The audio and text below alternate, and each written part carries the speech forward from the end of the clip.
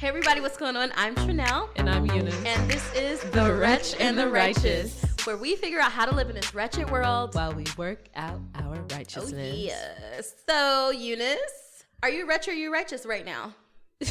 Let's go right now. Right now? Yeah, let's do it. I'm feeling good. I'm feeling right. I'm coming off 2 weeks off of work and resting. Hey. And I'm feeling right. I've been sick. I think I was getting sick yesterday, but I've nipped it in the bud a little bit. I have nothing to complain about, to be honest. Like, how can you go wrong when you just been indoors for 2 weeks chilling? That's real. So I've been quarantined in a house or my living space and doing fine. What about you? Currently in this present state, I feel righteous too. Good. I feel good. You know why I feel good? Because we are talking about goals on the last episode. We did. I feel like we're actually about that life and we're getting it done. I agree. And no January slump for us. No January slump yet. But in Jesus' name, knock on wood. But no wood, but that's okay. Knock on IKEA plastic. I don't know. But I do. I feel really good because I feel like we're just like chipping away at what we said we were going to do. We said, we just set some goals and we're just going for it. And that feels good. You might be on to something about like goals and talking about them and putting them out there, because when you write them down and you start accomplishing them, I think you need to see them though. Yeah. We need to write our goals somewhere. On a board, maybe a whiteboard? A whiteboard. Oh, there's a whiteboard right there. We can't see it, but it's there. It is there. Yes, so I'm feeling righteous, and that's exciting. That's a good start to the year. Yes. Both of us feeling right. Absolutely. And hopefully the new year is going well for you guys so far. Yes. Hopefully you're sticking to your gym plans. No January slump for y'all. No January slump for you either. So we just gonna keep it going. Be sure to follow us on Instagram, Twitter, and Facebook at the WR Podcast. Listening on iTunes or Google Play, rate and give us a review so that we can keep creating content. A few episodes back, we did an episode called Let's Talk About the Church and Rape Culture. Yep. And while I think it was a decent episode, right? Some great conversation was sparked from it. So much I feel like has developed in our country, and as far as that goes since that time. Yeah. And also I think there was so much stuff that we just didn't even scratch the surface on. Not at all. And right now the big movement, long overdue, is the METOO movement. But as I pay attention to everyone who's coming out and speaking out, it really rubbed me the wrong way, because I'm like, we as in black women and men have been saying since time, like, that these things have been happening and we've known things that have been happening. But it seems like it wasn't really until white women in Hollywood started speaking out that like it really has picked up steam. And so while yes, it's Me Too, it's like hashtag Me Too, but hashtag Me Too, but let's talk about some stuff. So, what are we talking about? So side note, for those of you guys who may not know, this little history on the hashtag Me Too was actually started by black women almost 10, 12 years ago, and just picked up momentum now when it was used by used by a white person, right? Yeah. Correct. And when we're talking about this topic, we just want to go ahead and give a disclaimer that we might say some sensitive stuff. So trigger warning in case anything like that comes up. But even in the same sense too, like, we're speaking about our experiences as black women, and we don't expect everybody to understand those experiences. Mm-hmm. But one thing that can be said without any doubt is the fact that oftentimes in movements, when it comes to feminism or womanism, the black women's narrative is oftentimes excluded from that. Gloria Steinem also recently wrote an article or came out and also had voiced her opinion that, and said something along the lines of, if a movement is happening and the voices of black women are not included, we can't expect there to be drastic political change if we're not also talking about the issues that also affect women. If it's the only voices of white women showing up in those movements, or for those things, and we're not looking at those issues that affect other races, it's not gonna be strong enough to create that change. On top of that, too, Gabrielle Union, some of you guys may know her. She's a famous actress, also married to Dwayne Wade. If you're more on the basketball side of things, yeah. She recently had come out with a personal memoir that talked about, and she's spoken out about this for quite several years, about her own experience being a victim of sexual assault or rape, being a victim of rape. Mm-hmm. And she was asked in her interview a series of questions, and she flat out came out and said how she felt that the Me Too movement didn't really invoke the narratives of Black women. It did not include Black women's stories and narratives in it. And so in her case, she was very much so #MeTooBut as well too. And so like kind of sparking that conversation, me and Trenelle started talking a lot about that and wanting to explore that really and see what that means. Like what are Black women saying and what's going on? So we just going to talk about all of that as well today too. And kind of where I wanted to start was this idea of, I don't know if you read Lupita, I don't know how to say her last name, Nyong'o's article about her interactions with Harvey Weinstein and how she had met with him several times in her early years when she was still in New York City in acting school, and how there had been several attempts made by him to kind of go through what he's reportedly has come out that he does, whether you want to call that grooming or whatever the case may be. But a lot of people have been sexual assaulted, experienced very much so the similar things. And one article I'd read by an African-American woman, she has said that what was interesting about Lupita's thing is that the Weinstein company, her story was probably one of the only stories they pushed back on her narrative when she had come out. I remember that. Yeah.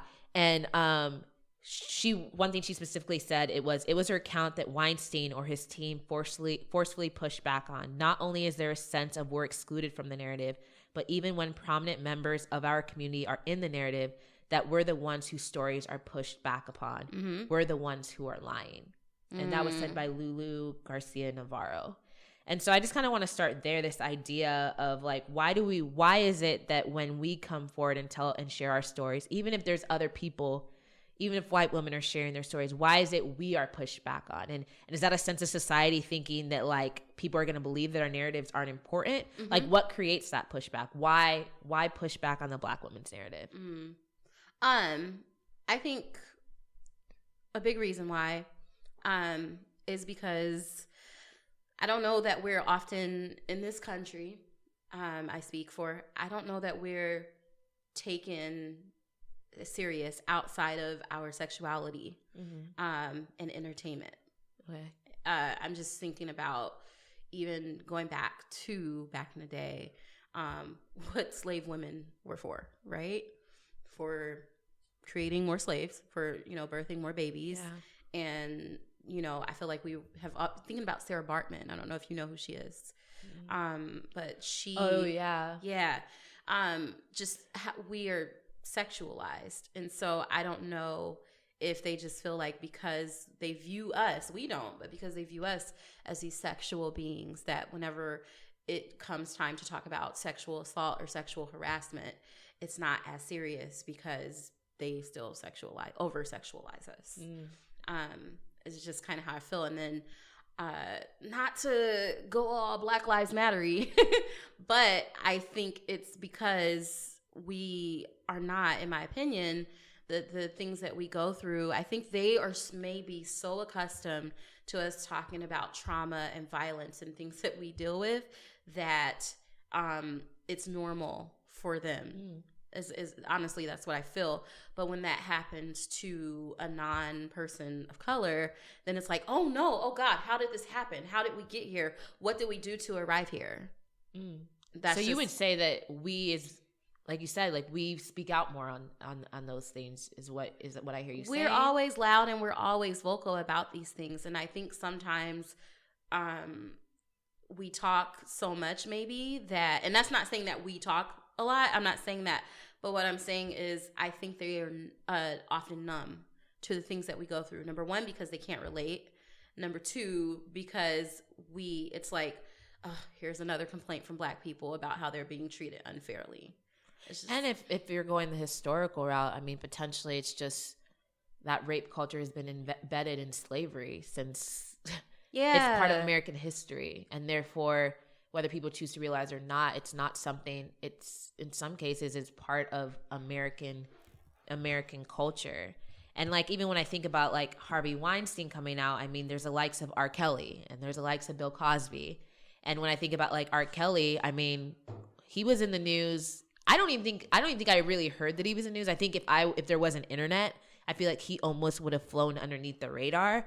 But I mean, numerous accounts for years, Black parents, Black women have come forth. Even I think just in 2017, there was a young girl who, and she may not have been that young, but had come out and saying that she had been met R. Kelly at a concert, and she had, a video had come out where her parents had seen her, and she said she was doing fine or whatnot.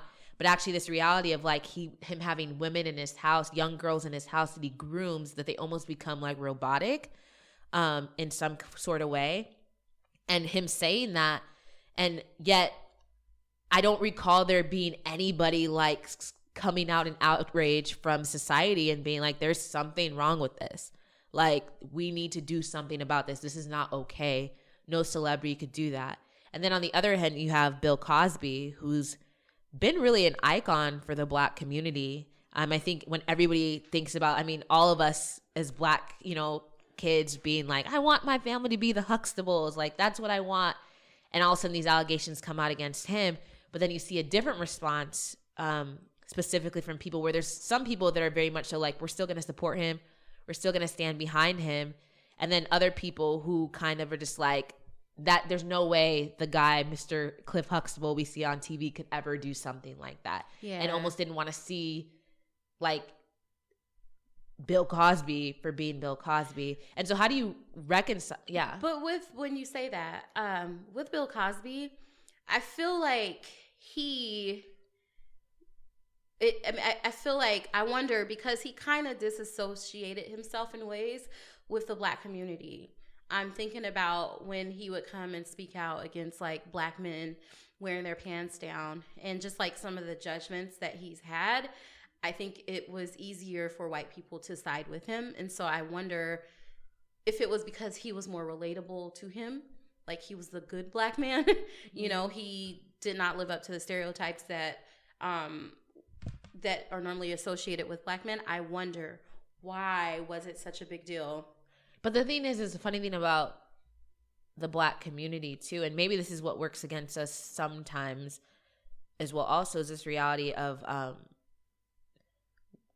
we constantly have the pressure that we have to pick and choose who we support. Yeah. Like, I've been watching like that O.J. Simpson series, and I almost feel it's like the same thing. Like, this Black dude who's so accepted by the white community that he even forgets that he's Black. Mm-hmm. He ends up murdering his family. Yes, I believe he murdered his wife.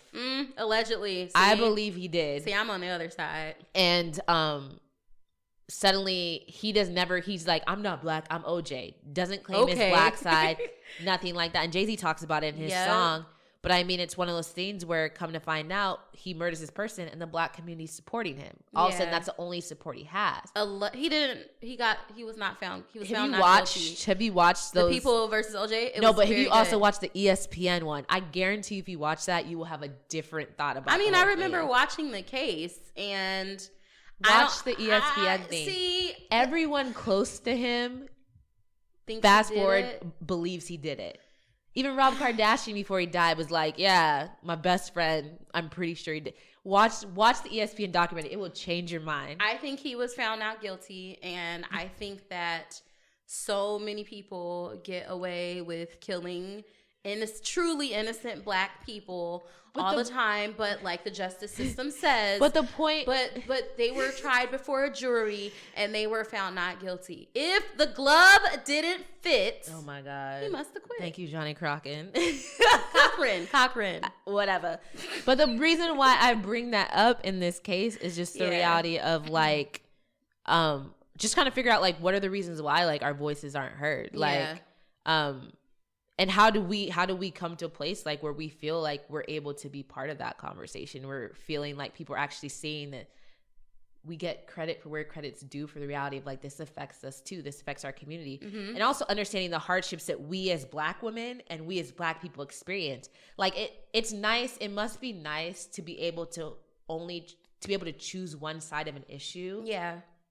And not have to think about how that plays into how that represents your entire race or all your people. Because I'm not going to lie to you, when accusations like the Russell Simmons, he's recently been accused by a number of women, and a lot of white women. And I'm not going to lie to you, I don't have I'm not immediately like, oh no, what a monster, when I hear some of these allegations. The R. Kelly stuff, that man is guilty as day. I can't believe that he is walking free. But when it comes to like Russell Simmons and some other people, I'm just like Black men in particular, because of things that have like false accusations that have caused our brothers to be lynched, Emmett Till, back in the day, and knowing that false accusations happen against Black people, period. Like, there's so many cases where people will file false claims, swear up and down that it was like two big burly Black men that they saw, and then be like, oh, never mind, we found our whatever we were looking for.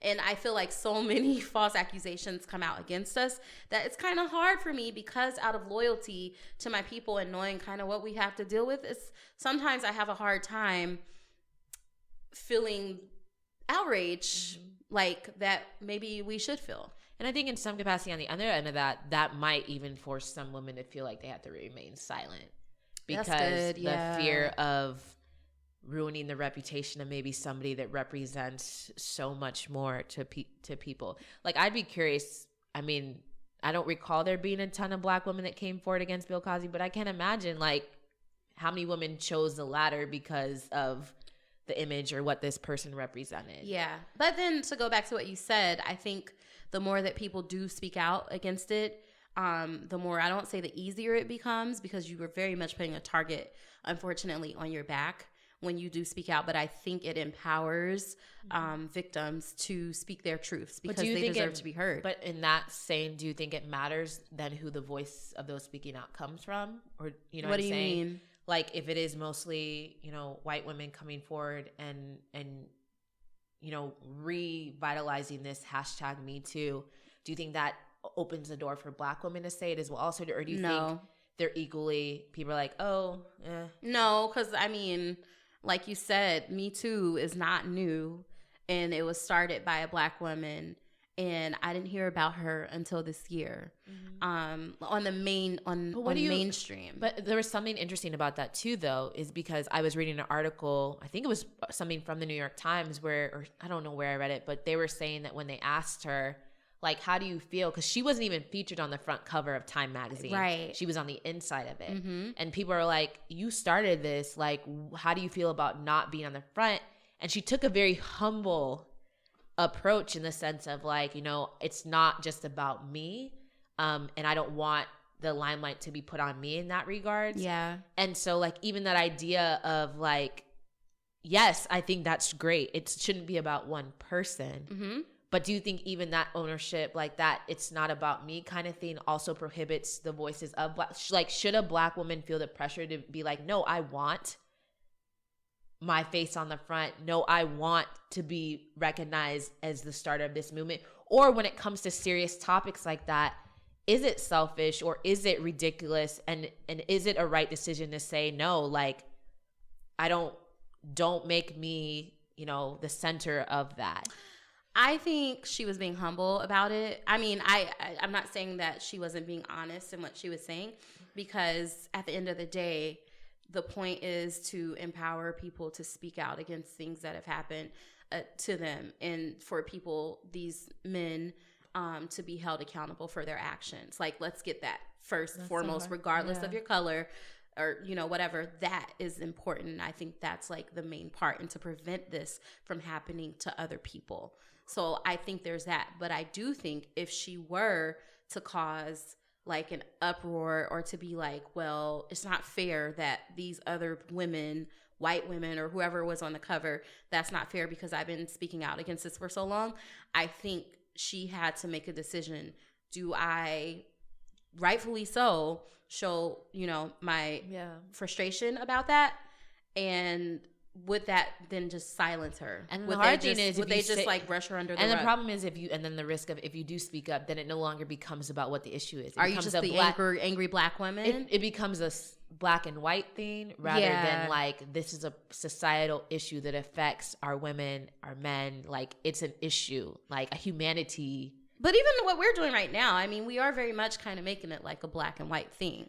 That's true. You know what I mean? But it is what it is, and it's like that because it's not taken serious. Like, I don't think there's nearly as much care or concern when it's being done against us versus when it does happen to white women. I mean, that's a fact. Yeah. And we're just trying to figure that out. And I think what we can do, some of the things for it to be not more equal playing ground, but for our stories, narratives to be told. For both narratives to be taken serious and heard, I think it's us needing to be in more positions of power.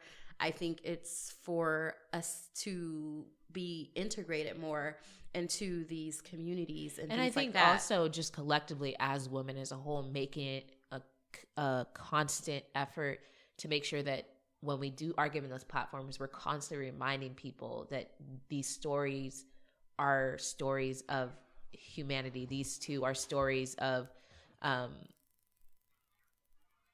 Black women, white women, Latino women, transgender individuals in our society. Like, these are stories of people, and being sure that we're making sure we're bringing those different narratives to the table when we're called upon or we're put in front of a camera or we're put into the limelight. So people are constantly not forgetting that that's the realities that people face. Mm-hmm. And like, not trying to close this conversation, but I think this kind of reminds me of, it just brings up what recently happened in Alabama. Yeah. With Roy Moore, and who was accused by so many women of, being molested and all of those things. And I was just looking at the stats, like you pulled up some great stats of, who voted for him versus who didn't vote for him. And I don't know. And I think the reality, and I think with that, what was astonishing to me about the stats was that we could talk about, well, we're making grounds with this Me Too movement. We're creating change. Yeah. But then you see only 34% of white women voted for Doug Jones in Alabama. Yeah. And so you think like we're making these, it's a buzz, it's going around, like Me Too is a movement. Mm-hmm. But when we look at voting results, or we look at the fact that I think I put a stat on here for how many women voted, 53% of white women voted for Trump. Yeah. So we're seeing a movement like this, but is it being effective in the sense of, like, how do we take it from a hashtag to reality? But you know what? This actually brings up more questions for me. Is this a women issue, or like as far as like those votes, or is it a generational thing? Because I think that there are certain behaviors that are not permitted now that may have been permitted, it was not, it was permitted and it was acceptable. Even thinking of articles that journalists wrote in defense of Roy Moore and, giving their own stories about how their grandfather was in his 30s and married their grandmother at like 14. And they went on to have like 10 kids. So I think it might be that and when we look at the age of the accused and things, it seems like they're kind of all in the same age range, a lot of them. So I'm wondering, is this like also a generational thing? And are women who support Roy Moore, because like you said, only 30-something% of white women voted for Doug Jones, do they look differently at what's okay, like at what's considered sexual assault? Like, I would be curious to know of that 34%, the outside of that 30%, the majority that voted for him, what their age demographics are. But I think that's the thing too. I mean, I don't know. I know in sense, like our generation, millennials are way more concerned with social issues and are way more in the know of like what's right. We tend to vote way more liberal. Yeah. And I don't even think an issue like sexual violence against women, that's not liberal or Republican. I think it's just like everybody should know it's an issue in society that doesn't cross political lines. It's just wrong. Yeah. Like it shouldn't exist. Yeah.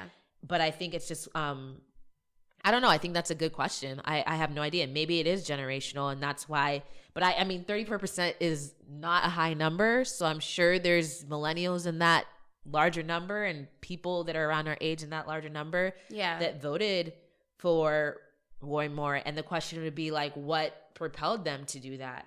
You know, this person. I don't know. It's like, okay, and this isn't, I hope this isn't shifting to like politics, but it's like, are your religious beliefs, so like, do those trump, God, I hate that word and name, but do those trump like your moral stand, like, you know, your personal morals, like right versus wrong? Does it? I think for some people, yeah, it does. And that's crazy to me. So it really is. And I don't know how, and I mean, I'm glad that he didn't win office at the end of the day. Yeah. And I think shout out, and the funny thing is they asked a lot of people that voted and that's actually brings up another point. When they asked people that voted, like the majority that voted for Doug Jones, if their decision was solely based on those women that had come out and accusing them, none of them said that was a primary reason that they voted for Doug Jones. The reason a lot of them said that was one of the factors, but they voted against Roy Moore for several various other reasons than just that. So then it feels like then they don't take sexual assault against women. We're just not valuable, is what that feels like. The things that we go through, us just existing is not of high women. It's just not of high value. And so they don't take the things that we have to deal with voluntarily and involuntarily. They don't take it doesn't matter. That's how it feels. Yeah. And that's sad. And so there's dealing with that as a woman, but I have to separate the two because then it's like I'm black too, and I'm a black woman. And we're already on the bottom of the totem pole. We know that. So it's like according to stats. That's not how I feel. That's not how I feel at all. But that according to the stats. And so it's like, do we think of this as being a woman, or do we think of this as being like black women? And that's I love that you say that. Yeah. Because I feel like there's some listeners listening to this and probably thinking we're being so insensitive. We're not at all. But that's the reality that we struggle with. Do we like that?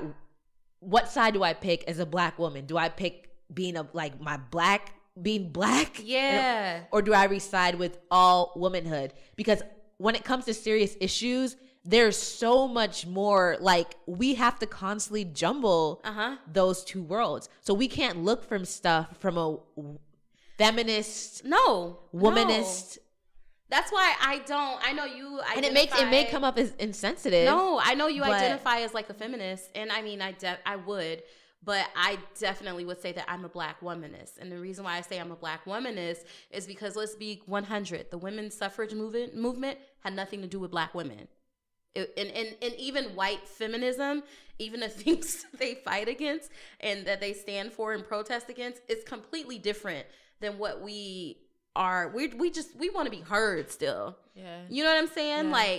And so it's really, for those of you listening, no, we're not being insensitive at all. It's just a struggle as black women to have to decide, okay, are we here as women, or are we here as black people? What are we here as? Mm-hmm. And that brings me, I want to read this quote that I thought was really good by Representative, I'm going to butcher names, Ilan Omar.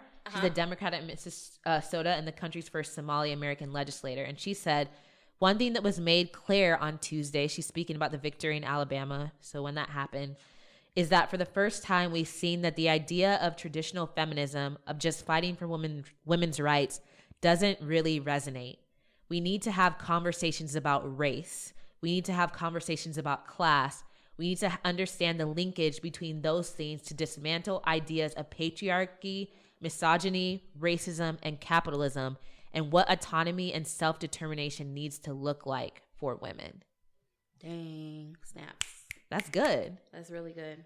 And then just another thing that said, I love this. Like, I'm very proud of Black women. I'm always proud of Black women, but I wish that non-Black people would stop treating the resiliency and strength that we've been forced to cultivate through generations of trauma and abuse as a natural resources they can mine whenever they need to.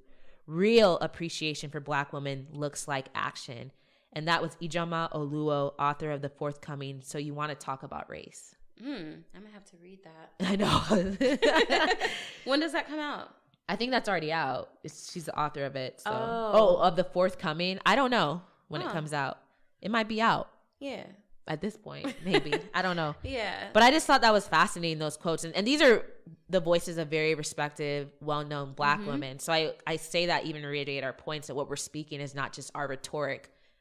Black women that are involved in, our government and are activists and doing all that stuff would also agree with us that, it's important. And another quote that says, feminism can win elections, but not if it only focuses on white women and their concerns. Facts. So, yeah. And I do think that because even with the Doug Jones win, the commentary from just political outlets was like, they were shocked by Black women and like, wow, like politicians were like, what are some issues that Black women and Black people are dealing with that we can get on board with, like that we can support? Who do we need to know? Who do we need to learn about in the community? We want their votes. Because now they want our votes because they see that we equal power and that we have numbers, and you know what I mean? And so on one hand, it's like, okay, they're maybe going to start realizing just how powerful Black people, Black women are. On the other hand, it's like, yeah, but you're only doing that for your personal gain. Yeah. And so it's still frustrating. And you have to say, like a state like Alabama, I'm curious to see once Doug Jones' time is done, if things will just resort back to how they've always been in the Senate. It's been 20 years since they've elected. I know, that's crazy. Somebody from the Democratic Party. But because Republicans and Democrats used to be completely opposite on their beliefs, like on what they meant, what they stood for back then. Totally was different. Very different than now. Like people would say I heard a lot of people say the Democratic Party maybe would be more along the lines, I don't know. Yeah, it's just like the roles reversed. Something like that. Somewhere along the lines. So we just wanted to get some conversation going on that.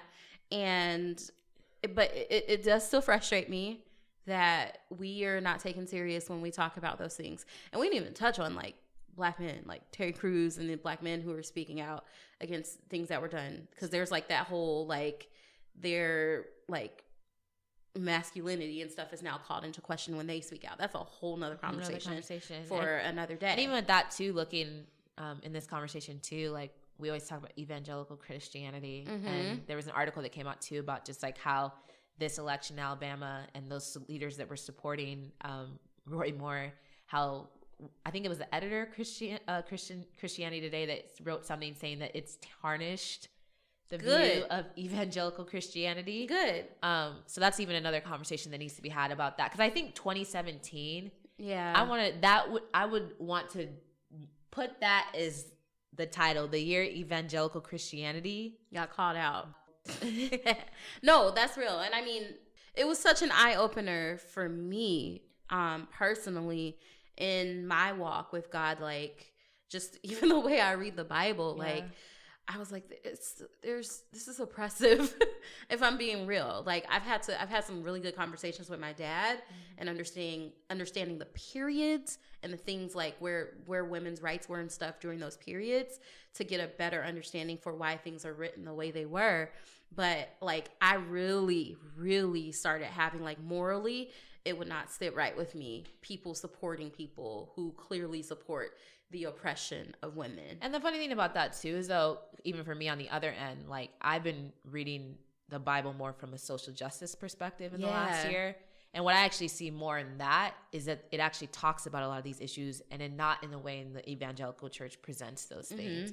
And so when I look all over like the Acts 2 church and I look all over like the building of after Jesus came Mm-hmm. and what the church looked like and how the Holy Spirit was kind of directing Mm-hmm. the movement of that. Yeah. You see a lot of dismantling of prejudice and racism and all these ideals that many of the, like, people are going to be offended when I say this, but when you read it, a lot of like the laws that were in the Old Testament, how Jesus came and then the Holy Spirit kind of was working on like Paul and dismantling a lot of those ideas and mentalities that he had about prejudices that he had within the Jews. Because at that time, the converted Christians were only spreading the gospel to other Jews. So they were trying to convert those who were practicing Judaism to Christianity. Oh, it's like the Israelites, these newfound Black Israelites trying to convert Christians. Got it. So when Paul's coming, pretty much he came with the word that this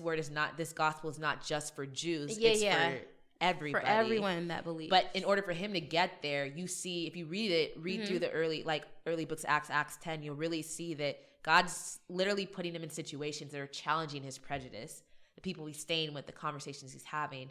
So when I read it, I do see a lot of oppression in the Old Testament, but I also think in the New Testament, you kind of see a lot of those things starting to change. But the problem is we're not presented with that type of gospel. We're not even taught that. We're not even taught that.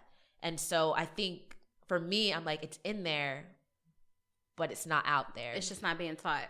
And evangelical Christianity, I think where it loses, or as he said, tarnished, and not every evangelical Christian is like this or believes this, but the ideas, the foundation in which it's been built on, I think there's some people with ideas that do not fit into what Christianity really means and looks like.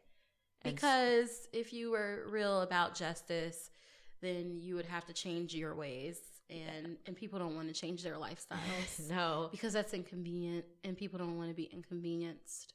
No. And even if it's for the betterment of all people. Exactly. But hey, what do I know? But I think like these issues we talk about are just, important, and they're conversations that need to be having. Like we said in that episode earlier when we talked about church and rape culture, like I am proud to say that, like, and I think just statistically, like, Black, like, minorities, we keep, like, statistically, we are still the most churched in the U.S. than any other, you know? So I think it's fascinating us that so many of us still hold those Christian values and ideals, but yet have an idea of what it means to kind of live out and make sure we... Yeah. And then it's funny, too, because I think this is totally going in a different route, but I also think either you have us who still believe and who are still Christians or, you know, followers of Christ, but a lot have moved away, like myself right now, from the church because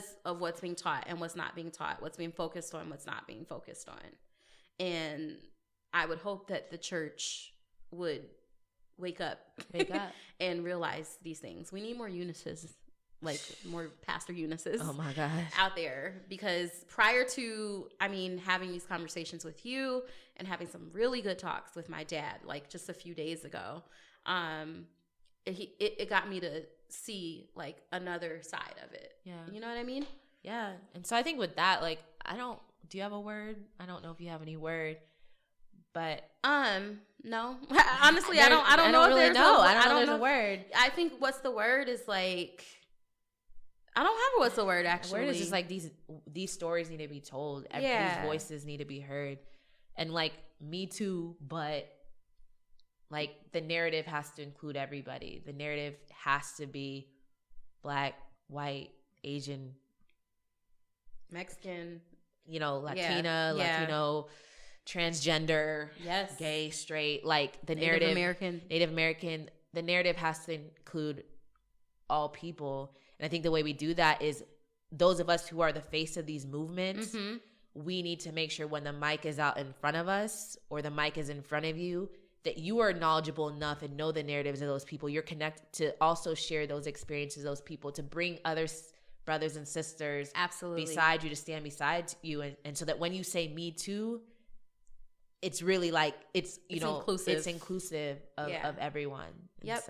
And if you're in a position of leadership, or actually even if you're not, just whatever you do, like for me, I want to be compassionate for everyone. I want to be compassionate for all people. And I'm not saying to like completely take on someone's problems, but put yourself in their shoes. Like, think about how they feel. Stop thinking just about yourself. Let's try to identify with one another more. And I think truly, if we truly loved our brothers and our sisters, regardless of color and things like that, maybe we would have a better understanding. And I want to say, when you say that too, you're not saying like victims need to take that on, because I think just the idea of I wasn't talking about the victims, but thank you for clarifying. No, I wanted to clarify that. But like those people who maybe have never been victims of sexual violence, you may think you, like she said, more or less like put yourself in somebody else. Yeah. Like, for instance, if you have just recently heard and found out about Me Too, question why. Because like we said, other people, not just Black people, have been speaking out about injustices done and like sexual harassment and sexual things. Violence, yeah. Question why it is that you just now started paying attention, or that it was just now brought to your knowledge. Yeah. And I think if you do that, then you'll start to search within. You'll open up your heart and your mind to other people, other groups and communities, and maybe other victims can be heard. Yeah. And I just hope this goes for more than a hashtag to like a conversation that keeps going. I know that we're a generation of hashtags, but let's not let it die out. Let it be something that we continually are talking about. And hopefully in having those conversations, maybe people may disagree. It didn't influence what happened in Alabama, and maybe stats may not show that. But if we keep showing out and supporting and going against those people that are doing or creating acts of violence towards women and people in our communities and people outside our communities, I think we can do this world a lot of good. For sure. So with that, thanks for listening. Thank you so much for listening, you guys. Be sure to follow us on Twitter, Instagram, Facebook at the WR Podcast. www.thewretchandtherighteous.com is the website. I forgot. You can follow us on Google Play. You can follow us on Stitcher. If you guys have any questions, anything you want us to answer for you, feel free to write into us. WR@thewretchandtherighteous.com. And feel free to use the hashtag #METOOBUT if you have something to say. Yeah. Let's do that. That's really good. Let's get this conversation going. And if you have been a victim of sexual violence in any way, shape, or form, regardless of color, regardless of sex, gender, speak out. You know, like if that means that you find comfort in telling someone, one of your close friends or family, your story deserves to be heard. And you're not alone. And you are not alone. So thank you so much for listening to this week's episode, and